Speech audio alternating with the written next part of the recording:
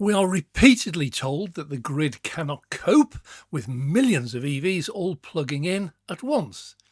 But it might surprise you to learn that the grid is about to get a massive expansion boost, completely free of charge, as a totally new electricity supplier comes online.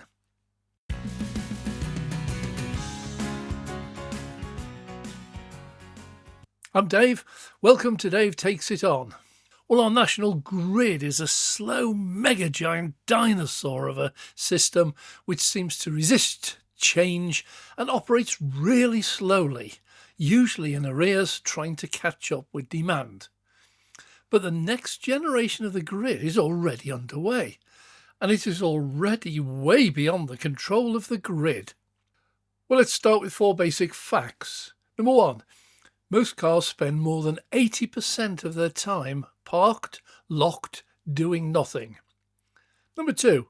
Most modern entities manage perfectly well 90% of the time and struggle just 10%. 3. The electricity generators regularly produce more than we are using. And 4. 60% of EV owners are able to charge their vehicle at home or at work.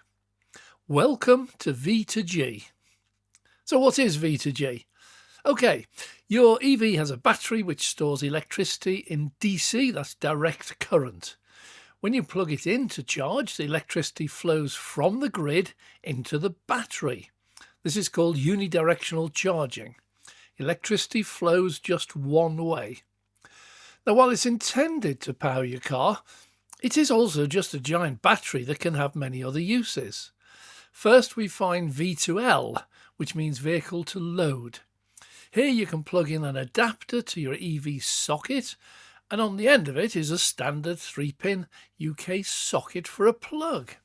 You can plug in any mains-powered small power device, such as coffee machine, a picnic cool box, or an electric drill. The power these use is fairly minimal, which is just as well, because the average maximum power output allowed through these adapters is usually only about 3 kilowatts. Which is good for some devices, but not much use for everything else.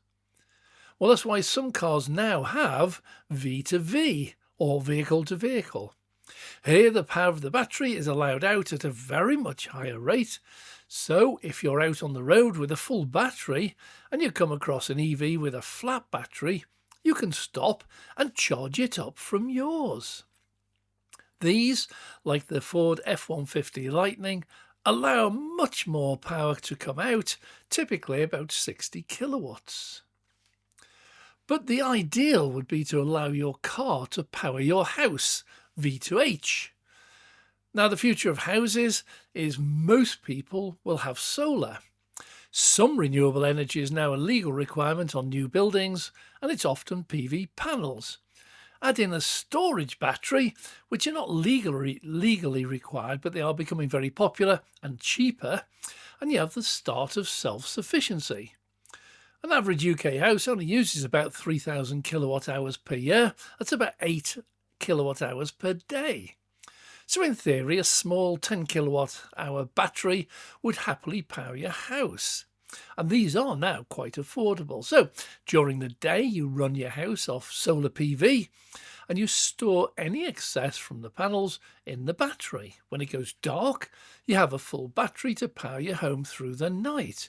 In effect, you're off grid. And in sunny places like Florida, Spain, these can work most, if not all, of the year. In the UK, they don't. We get far too many dull, overcast, cloudy, rainy days where the solar panels would not produce enough to run the house and charge the battery. But even half the time, that's a great investment. So enter V2H. So vehicle to home allows you to use your huge battery, typically 50, 75, sometimes 100 kilowatt hours, to store electricity when it's cheap, overnight at your cheap off-peak rate, and use it at peak dearer times. Now, obviously, you could just use it to drive really cheaply, but you can also use it to run your home. You use 10 kilowatt hours each day at home, and you've got more than 50 kilowatt hours in your EV. So, assuming you only use your EV 20% of the time, actually using it, the rest it could be plugged in and running your home. No power worries here because every night you can recharge at cheap rate and start the day with a full battery. But of course, you might need to go to work or the shops or visit someone. And as soon as you leave the house loses its power supply. Only it doesn't, of course. If you still have mains, it just drops down onto mains and you end up paying for your electricity. Or if you have solar PV and batteries, it'll just drop onto those and run off these. In fact, if your home battery is low, it also can recharge overnight on the cheap rate off-peak electricity itself. In effect, your EV and your home battery could power your home 365 days a year on either free, self-generated or cheap rate electricity. I currently pay cheap rate of 7 pence per kilowatt hour. That's a quarter of the standard variable rate. Well, there are two problems. The first one is you're still paying 7p per kilowatt hour for some of the year, but the main problem is what happens when you drive away in your car. So the next stage already underway is V2G, or vehicle to grid. This is where it starts to get really interesting. One of the biggest problems with the grid, as I mentioned earlier, is that like supermarkets and fast food, there are times when it gets really busy and it really struggles to cope, while at other times nobody's using it in any serious amount and they're not drawing a serious amount of power. If we cope perfectly well at peak times, we don't have power cuts over in the UK. That's when the demand is highest. It's easily capable of generating far more than we need every single day, whatever the weather. We don't because we just cannot use it fast enough and we have nowhere to store it. On those days, and there are plenty of them, the grid simply turns off the generators. And one of the first to go is always renewable. Well, this is just to make the life of those in charge of the grid much easier. Renewable is variable. The wind never blows totally steadily and clouds drift across the sun, blocking it and uncovering it. So to make life easier for itself, the grid simply shuts them out and it drops back to using gas turbines. They are much easier to control. Well, despite this, grid-connected storage is making huge strides forward and connecting into our grid, and it's becoming much more acceptable. In fact, it's starting to become preferable to traditional fossil fuel generators. Grid balancing is one of the reasons.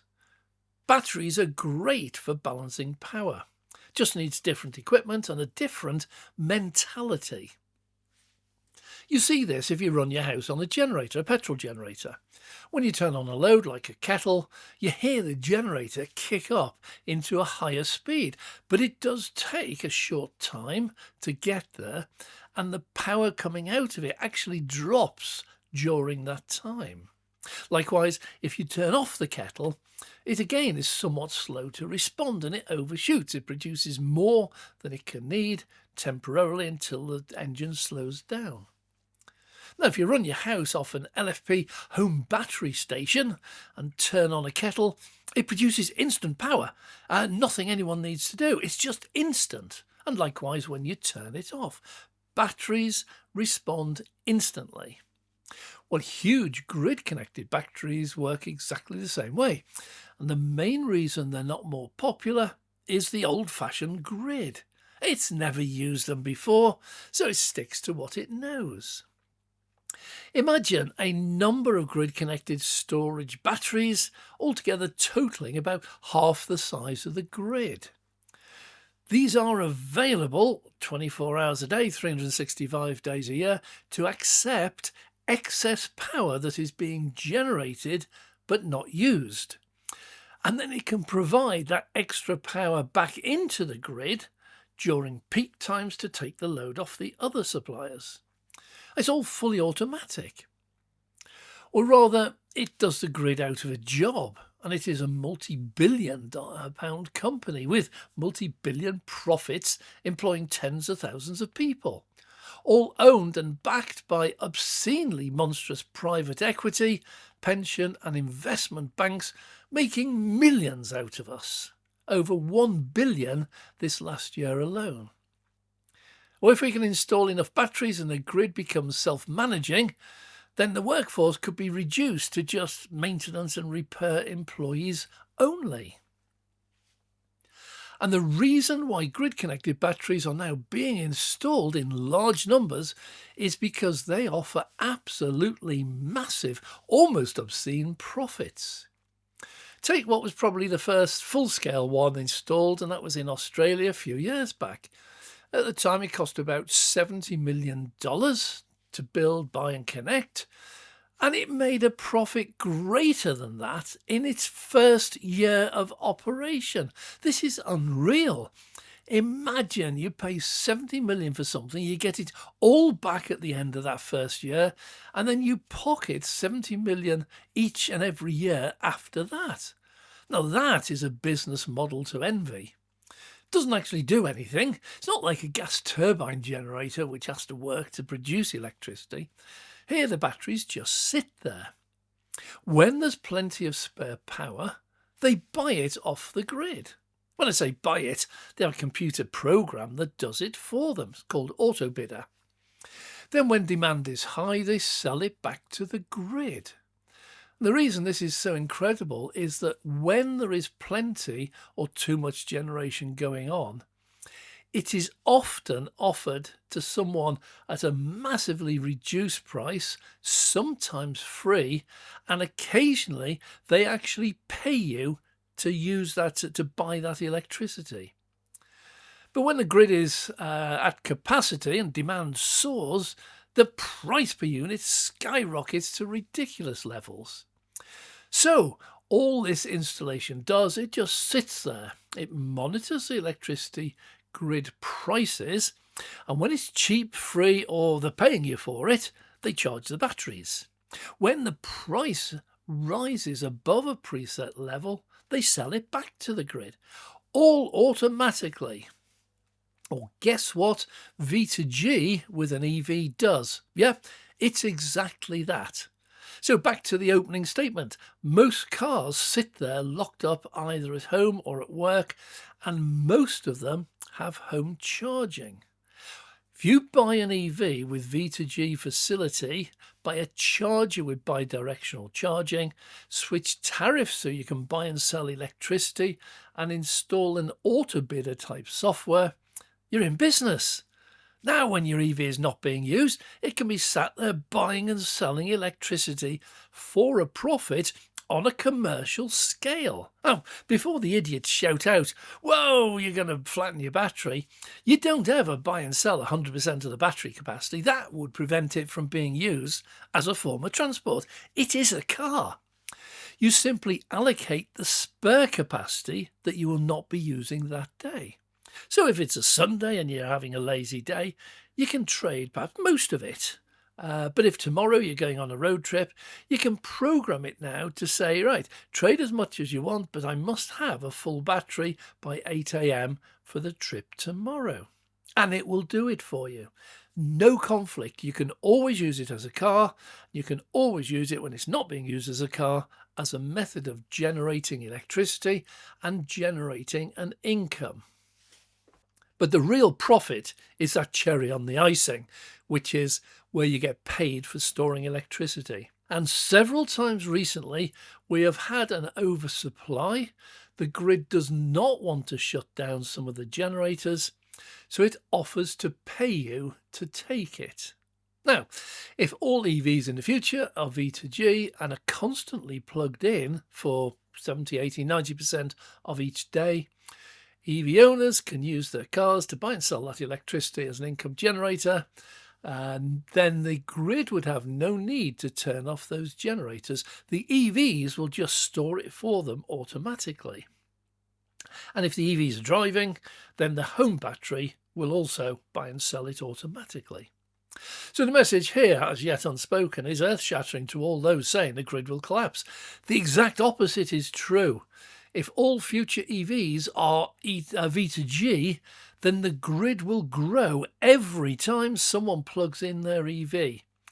And if 1 million people over time plug in 1 million EVs, each with, say, 50 kilowatts hours allocated free to trade electricity, then that's 1 million times 50 kilowatt hours, which is 50 gigawatt hours. And to put that into perspective, the UK grid uses about 300 terawatt hours per year. So 1 million V2G EVs could produce well over 5% of our annual power usage. EVs become not electricity users, threatening the collapse of our grid, but a massive big storage capacity of excess cheap electricity that otherwise would have been turned off. EVs become totally self-supplying, and it won't take many years after that before the number of EVs becomes 10 million, and they provide almost all the electricity they use from sources that would otherwise have been turned off, namely solar and wind farms. Yes, if we install sufficient grid-connected batteries, the grid could and will go completely renewable. You buy a gas turbine powered generator, you have to feed it with gas every single day at great cost. Buy a wind farm and you sit back, you let the sun provide the fuel completely free of charge. But a few of you brighter ones will already have spotted the very, very much bigger picture. If each house ends up with its own solar panels, even if they're not big enough to provide all the electricity the house will use, and it has a battery and it has a V2G EV, then the demand on the grid from private houses actually drops dramatically. But think bigger still. If a factory or business is a huge user of electricity, think cement works, steel works, computer data centres, and they have a bit of spare land or roof space, then maybe they too will decide to buy their own grid-connected storage batteries and solar PV or a wind turbine. And they can then buy and sell electricity to cover the cost of all the electricity that they currently buy, which is not cheap. In time, we could become a nation of houses and businesses producing, buying and selling electricity, enjoying a really healthy profit and free electricity for their own use. Now that's a nice thought. Thanks for watching. I'm Dave.